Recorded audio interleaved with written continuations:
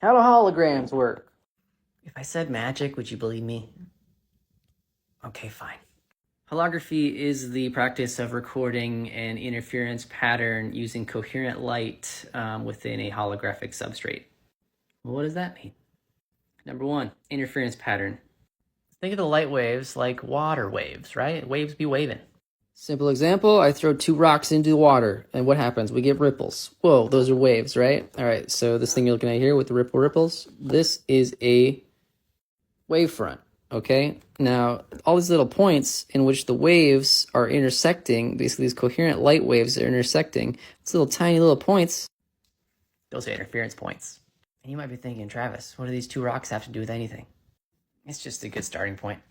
So now we understand wave interference, right? On a two-dimensional aquatic plane, sure, not the three-dimensional photonic plane.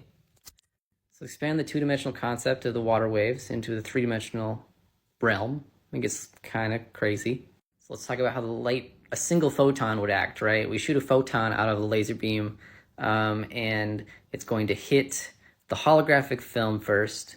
This is a single beam method. There's different ways to do this, but it hits the film first, hits the subject, right? The subject is not going to be perfectly smooth, so it's going to scatter that photon.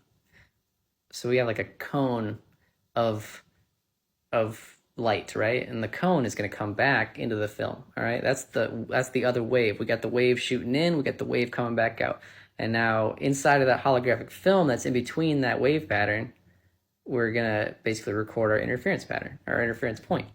So we do that about 1 billion times across the entire surface of the film because that's just how organic capturing of film works.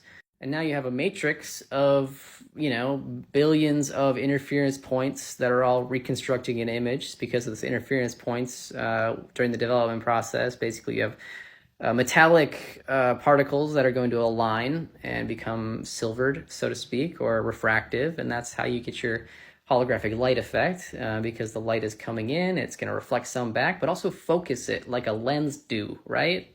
And that's how we get our shape. So much like creating a sculpted toy and making a cast of it and making a mold, it's kind of like making a holographic mold, but you don't fill it with plastic or resin, you fill it with light, and then it replays the original interference pattern. It was recorded. That's just off my dome here. There's search engines. Yeah, you know what I'm talking about. You can read about it.